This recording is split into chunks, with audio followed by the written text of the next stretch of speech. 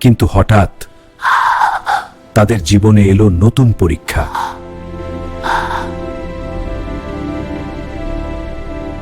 সবকিছু জানার পর তাদের জীবন আরো সুন্দর হয়ে উঠল।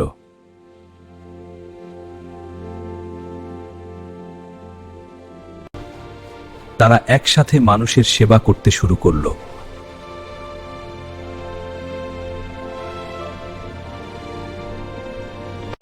কিন্তু হঠাৎ তাদের জীবনে এলো নতুন পরীক্ষা।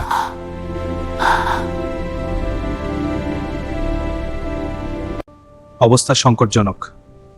আমি অভিভাবকদের সাথে কথা বলছি। এটা কি সেই এতিম শিশুটি?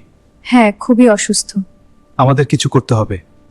চিকিৎসার জন্য দরকার অনেক টাকা। এই চিকিৎসার খরচ অনেক বেশি। এটা অসম্ভব।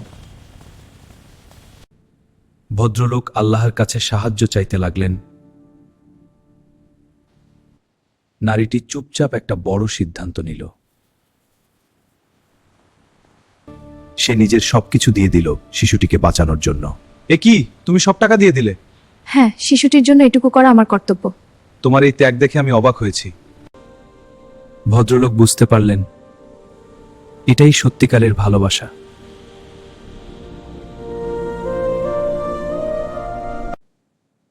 আল্লাহর রহমতে শিশুটি সুস্থ হতে শুরু করল।